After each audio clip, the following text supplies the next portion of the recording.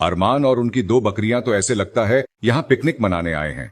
रणवीर को तो हमेशा देखकर लगता है कि इसका अभी अभी सब कुछ उजड़ गया होगा, इसलिए ये हालत है। और विशाल तो कटारिया का बॉडीगार्ड लगता है, जबकि कटारिया खुद एल्विश का बॉडीगार्ड है। तो लोंडो, क्या हालचाल? सब बढ़िया?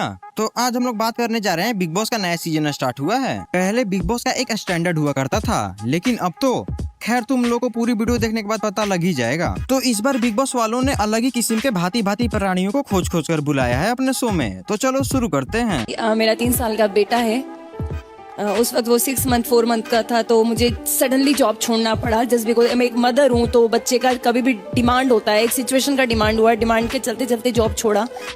बहुत ज्यादा क्रिटिकल कंडीशन हो गई थी, नौकरी छोड़ दी। 1 या 2 महीने की सेविंग थी साथ में, बाकी कुछ नहीं। हाथ बहुत ज्यादा टाइट था।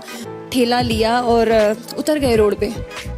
रेडी पे क्यों खड़ी हो गई एंड सारी चीजें, बट मैंने हिम्मत नहीं हारी। वाह, वड़ा पाव बेचते बेचते दीदी बिग बॉस तक पहुंच आई। अब पूरे बिग बॉस में सिर्फ बेसन ही बेसन फैलेगा बस। और तुम लोग मुझे ये बताओ, इन दोनों में क्या सिमिलैरिटी है? चलो मैं ही बताता हूँ। इधर एक्टर तो एक ही है, पर एक्टिंग दोनों ने बहुत अच्छी की।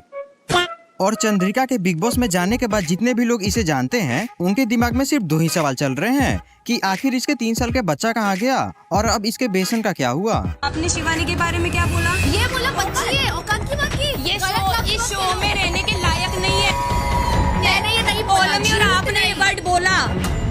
यहाँ 1 मिनट में खेल पलटता है। अरे अब आप देख रही है। अब जाकर लोगों को समझ आ रहा है कि आखिर क्यों वड़ा पाव दीदी बीच रोड पर तमाशा किया करती थी।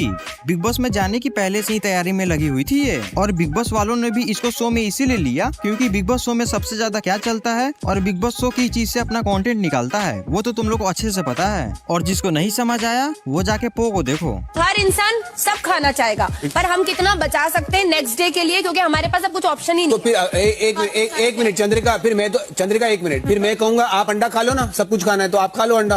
आप अंडा नहीं खा रहे हो अपनी वजह से ना। तो मैं कह रहा हूँ 1 मिनट, मैं कह रहा हूँ जो खाना है वो इक्वली डिवाइड होना चाहिए। जिसको जो खाना है वो बाद में एक्सचेंज कर ले किसी के साथ। क्योंकि यहाँ पर गैस की स्मेल आ रही है। यहाँ पर नॉन वेजिटेरियन और वेज बहुत नहीं वो अभी बिग बॉस में आते ही आते इसको मॉनिटर किसने बना दिया? आते ही आते अंडे का हिसाब लगाने लगी। भाई कोई जाके बताओ इसे कि ये बिग बॉस का घर है, इसका वड़ा पाव का ठेला नहीं। इसकी वड़ा पाव गिरी यहाँ नहीं चलेगी। She is running her business.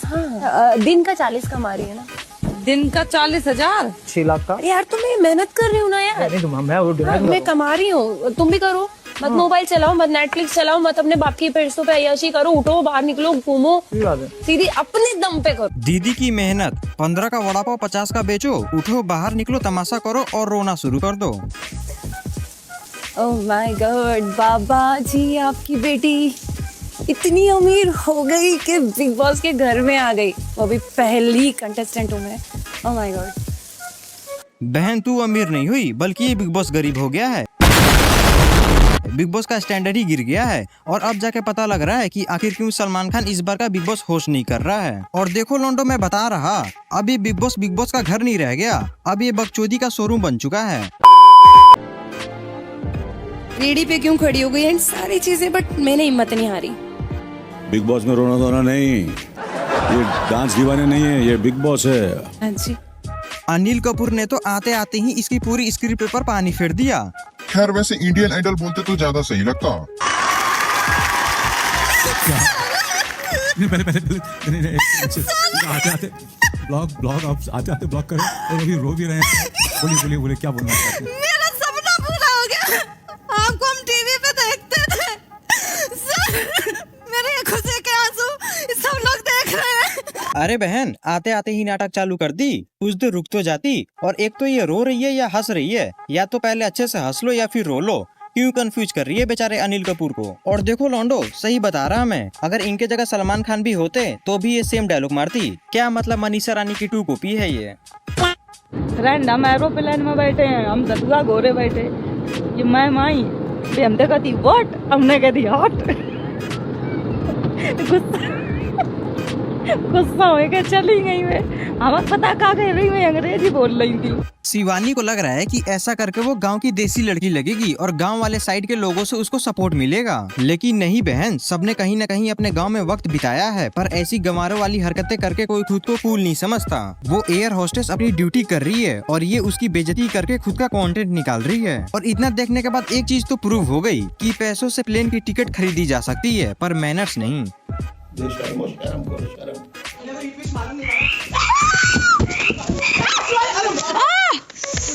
Oh God, oh God, oh God, oh God. गिरा दिया। आपको कान पकड़कर आई एम सॉरी, मुझे माफ कर दो मेरे प्यारे घर वालों बोलते हुए लिविंग एरिया में मौजूद इस कुएं के लगातार चक्कर लगाते रहना होगा। मेरे प्यारे घर वालों, मैं नहीं मुझे कर माफ पाऊंगी। कर बिग बॉस मुझे कोई भी सजा दे सकते हैं, घर से निकाल देने चली जाऊंगी मैं ये नहीं कर पाऊंगी। या बेटे बेटे बोल दे, बेटे बेटे बोल दे, बेटे बेटे बोल दे। मुझे माफ कर दो मेरे शिवानी वाह शिवानी, ये बड़ा सही है। मतलब टास्क के टाइम तो बड़ा भाग रही थी और उसको धक्का भी दे दिया और अब पनिशमेंट के टाइम चक्कर आने लगा। सही बता रहा मैं, जितनी एक्टिंग ये अकेले कर लेती है उतना तो ये पूरे घर वाले मिलकर नहीं कर पाते होंगे। ऐसे सर पर हाथ रखकर तो सीरियल्स में चक्कर आते हैं, वहाँ भी कम से कम टाइम तो लगता है, पर ये तो कुछ ज्यादा ही जल्दी गिर पड़ी। रणवीर, मगर ये अचानक से बिग बॉस में जाने का डिसीजन कैसे लिया? सर एक्चुअली मुझे ये लोग हर साल कॉल करते हैं। आई थिंक इनके जो वेले एक्टर्स की लिस्ट है उसमें मैं हर साल होता हूँ। क्योंकि भाई तू भी वेला है, इसीलिए उस लिस्ट में आ जाता है। खुद को ज्यादा चीगमा बनने की कोशिश ना कर। मैंने हाँ बोला था, फिर मैंने जब एपिसोड्स थोड़े इनके देखने शुरू किए कि मैं क्या कैसा है शो क्या है, तब मुझे पता लगा कि हाँ, शो देखने के बाद पता लगा कि अरे ये शो तो हम जैसे चूतियों के लिए ही बना है। चलो एक बार मुंह मार के आते हैं। भाई ये किसने ऑरेंज खा के यहाँ छोड़ा है? ये आपका है? यार तमीज से बोल सकती है तो उठा रहा हूँ तेरे लिए। तमीज से बात कर सकती है। नहीं ऐसे नहीं बोला था पहले।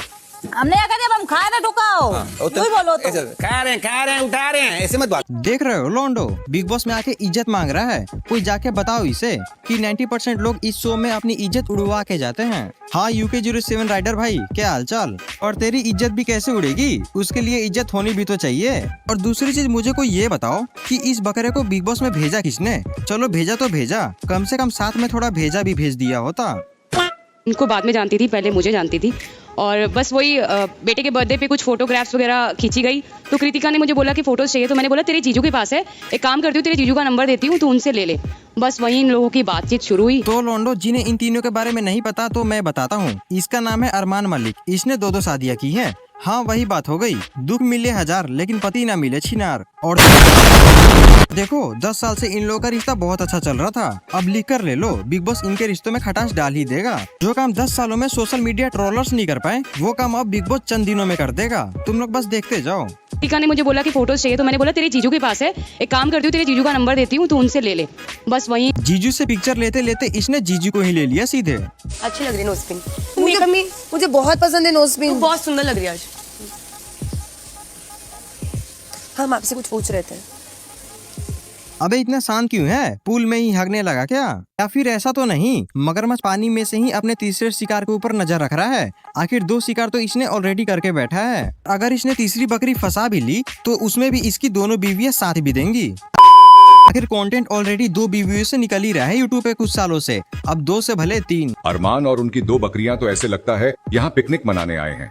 रणवीर को तो हमेशा देखकर लगता है कि इसका अभी अभी सब कुछ उजड़ गया होगा, इसलिए ये हालत है। और विशाल तो कटारिया का बॉडीगार्ड लगता है, जबकि कटारिया खुद एल्विश का बॉडीगार्ड है। साई केतन, आप वो हीरो लगते हैं जिसकी गर्लफ्रेंड तो होती है मगर मजे फिर भी विलन ही लेता है। और नेजी, आपको देखकर तो लगता है आप यहाँ सिर्फ लोगों को आंखें फाड़कर देखने आए हैं।